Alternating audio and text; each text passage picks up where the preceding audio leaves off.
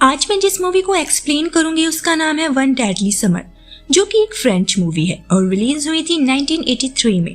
कहानी एक आदमी के वॉइस ओवर से शुरू होती है। जगह है फ्रांस। वो बताता है कि उसने पहली बार एली को अप्रैल में देखा था। वो अपने पेरेंट्स के साथ साउथ फ्रांस में शिफ्ट हो रही थी। उसके पापा एक सीढ़ी से गिरने की वजह से पैरालाइज्ड हो गए थे। एली की माँ एवा एक जर्मन है। एली ने कोई ब्यूटी कॉन्टेस्ट जीता था और तब से वो खुद को एक स्टार समझने लगी थी। फिर हम एलन से मिलते हैं, जो हमें कहानी सुना रहा था। वो एक कार मैकेनिक है, लेकिन टाइम पास के लिए वो एक थिएटर में फायरमैन की जॉब करता है। उसे एली पर क्रश है। एलन के दो भाई हैं, जिसमें से एक का नाम मिक्की है और दूसरे का बूबू। घर में इन तीनों के अलावा उनकी माँ और मौसी रहती है। मौसी के कानों में प्रॉब्लम है, जिस वजह से उन्हें सुनाई नहीं देता। मिकी को पता है कि उसके भाई एलन को एली पर क्रश है, इसीलिए वो उसे बताता है कि एली हर संडे एक डांस पार्टी में आती है और एलन चाहे तो वो उसकी एली से बात करवा सकता है। संडे के दिन एली डांस पार्टी में डांस कर रही है। एलन भी वहाँ होता है और डांस के बाद मिकी एली के पास आता है और एलन की तरफ इशारा करके कुछ कहता है। एली एलन के पास आती है और वो उससे डांस के लिए पूछता है। फिर दोनों डांस करते हैं और उसके बाद वो एक जगह आकर ड्रिंक करते हैं। एलन उसे एक रेस्टोरेंट के बारे में बताता है और किसी दिन वहाँ चलने की बात करता है। एली कहती है कि वो उसे इस तरह से अपने बिस्तर पर लाने में कामयाब नहीं होगा और फिर वो वापस डांस करने के लिए टेंट के अंदर चली जाती है। एलन कार में बैठा होता है और वो कुछ सोच रहा है और वो सोचता है कि दुनिया में और भी लड़कियां हैं, उसे एली के लिए इतना परेशान नहीं होना चाहिए। अगले दिन एली फिर से एलन के पास आती है। उसकी साइकिल का टायर पंचर हो गया था, लेकिन एलन समझ जाता है कि उसने जानबूझकर टायर पर कट मारा है क्योंकि वो उससे मिलना चाहती थी।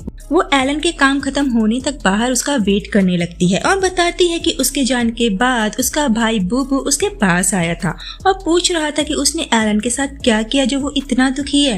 उसके बाद वो बूबू के साथ इंटीमेट हुई थी और बूबू ने उसे बताया था कि उनके घर में एक पियानो है। एलन कहता है कि उनके पापा मरने से पहले बस वही पियानो छोड़कर गए हैं। ये सुनने के बाद एली किसी सोच में पड़ जाती है। उसके बाद एलन उसे अपने घर लेकर आता है। उसकी मॉम को स्कर्ट्स वाली लड़कियां बिल्कुल पसंद नहीं है, इसलिए एली भी उन्हें पसंद नहीं आती।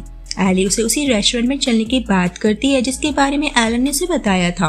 वो उसे उसके लिए एक ड्रेस चूज करने के लिए कहती है और उसके बाद एलन के दोनों भाई एलन को अच्छे से डियो शियो लगाकर तैयार कर देते हैं।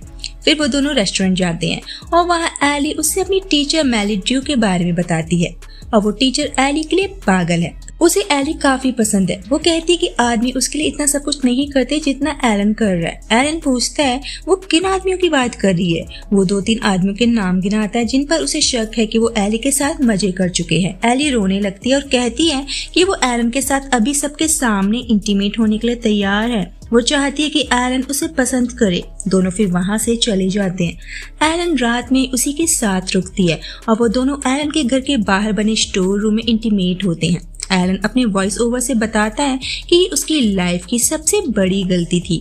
उधर एली के वॉइस ओवर से हमें पता चलता है कि वो एलन के पापा को अपनी मॉम का रेपिस्ट समझती है। एलन को अपने हुस्न के जाल में फंसाना उसका एक प्लान था ताकि वो उन बाकी 2 आदमियों के बारे में पता कर सके जिसने उसकी माँ के साथ गलत काम किया था और वो उन तीनों आदमियों में से ही किसी की नाजायज औलाद है।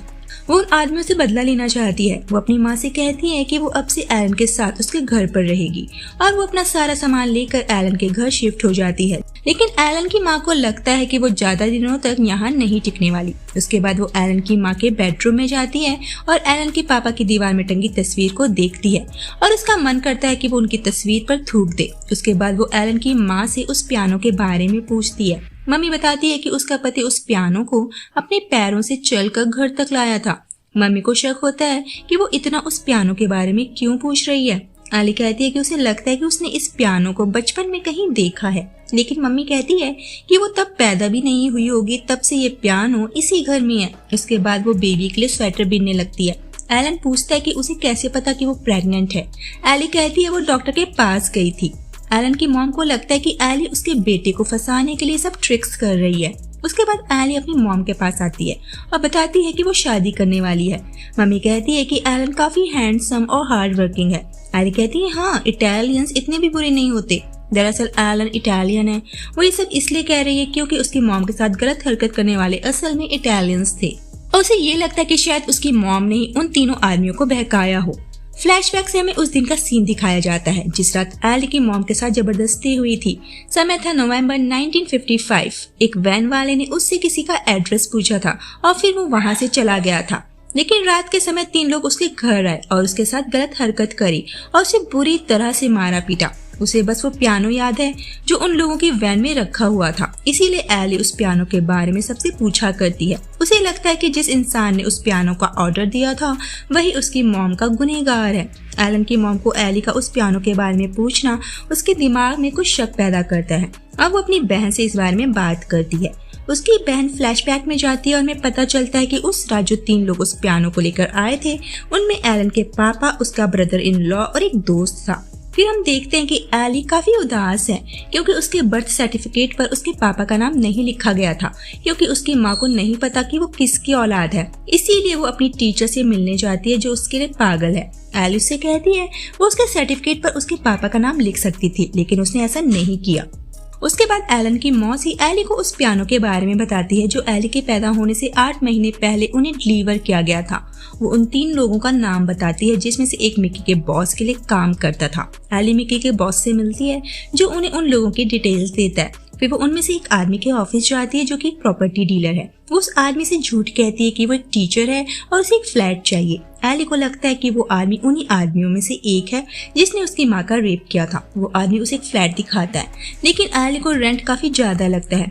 फिर वो उसी आदमी के जीजा जी के पास आती है जिनका लकड़ियों का काम है और बताती है कि उसके ब्रदर इन लॉ ने उसे एक फ्लैट दिखाया है, लेकिन उसका रेंट कुछ ज्यादा बता रहा है। एली को लगता है कि यही वो तीसरा आदमी है। फिर वो अपनी माँ के पास जाती है और पूछती है कि पापा ने उसके रेप की कंप्लेंट पुलिस से क्यों नहीं की। मम्मी बताती है कि उसने उन्हें ऐसा करने से मना किया था। फ्लैशबैक से हमें पता चलता है कि उसके पति ने उन लोगों से खुद बदला लेने का फैसला किया था, लेकिन एली की माँ को लगता है कि उसके पति डरपोक हैं और उन्होंने उन लोगों से कोई बदला नहीं लिया है।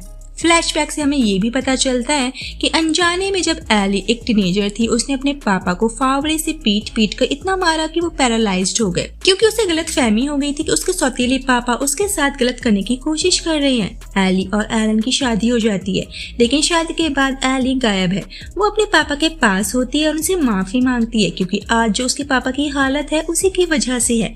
उधर एलन उसके ना मिलने की वजह से काफी परेशान है, लेकिन रात में एली वापस आ जाती है। एलन उससे कोई सवाल जवाब नहीं करता और शादी के बाद से एली किसी न किसी दिन घर से गायब रहने लगती है। वो उसे कारपेंटर के पास आती है और उसे बहकाने की कोशिश करती है ताकि उसे यकीन हो सके कि वो वही आदमी है जिसने उसकी माँ का रेप किया था। वो आदमी एली के बहकावे में आ जाता है, लेकिन एली उसे ज्यादा कुछ नहीं करने देती। वो उसे पैसे देता है ताकि वो उस फ्लैट को खरीद सके और फिर दोनों प्राइवेट में कुछ टाइम बिता सके। उस फ्लैट में वो अपनी टीचर से मिलती है और एक कहानी करती है कि उसे ये फ्लैट किसी ने दिलवाया है ताकि उसके साथ गलत काम कर सके। वो उसे उस प्रॉपर्टी डीलर और कारपेंटर का नाम लिख कर देती है और कहती है कि अगर कुछ भी गड़बड़ हो तो वो इस कागज को एलन को दे दे और उससे कहे कि इन लोगों ने उसकी वाइफ को प्रोस्टिट्यूट बना दिया है। वहाँ एलन की हालत भी एली ने खराब कर दी थी और एक दिन वो उसे रास्ते में मिल जाती है और वो उस पर गुस्से से पूछता है कि वो कहाँ थी। वो झूठ कहती है कि कल रात उसकी बस छूट गई थी इसलिए वो घर नहीं आ पाई। एलन को लगने लगता है कि एली उसे बेवकूफ समझती है। वो उसे उनके होने वाले बच्चे के बारे में पूछता है कि क्या वो बच्चा सच में उसका है। एली कहती है उसे नहीं पता, जिस वजह से वो उसके साथ मारपीट करता है। बाद में उन दोनों की सुलह हो जाती है। एली कहती है कि वो उसे प्यार करती है और वक्त आने पर वो उसे सब कुछ बता देगी। मिकी एक साइकिल रेस कंपटीशन में भाग लेता है। वहीं एली को वो कारपेंटर मिलता है और उसे पता लग गया था कि एली उसे क्या समझ रही है। दरअसल एली उसके पुराने बॉस की बेटी है। वो उसे सब कुछ बता देता है कि उसकी माँ के साथ हुए हादसे में वो और उसका ब्रदर इन लॉ इन्वॉल्व नहीं थे।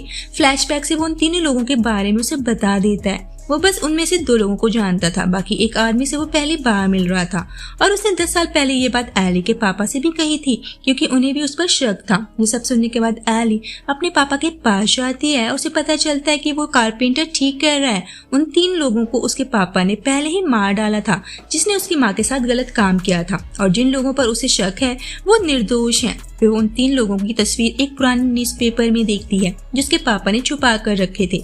उसके बाद हम एली को रोड पर चलते हुए देखते हैं। एलन को पता चलता है कि एली हॉस्पिटल में है और उसकी याददाश्त चली गई है। एली की टीचर एलन को वो नाम और एड्रेस देती है जो एली ने उसे दिए थे और वो सब कुछ बता देती है जो एली ने उससे कहा था।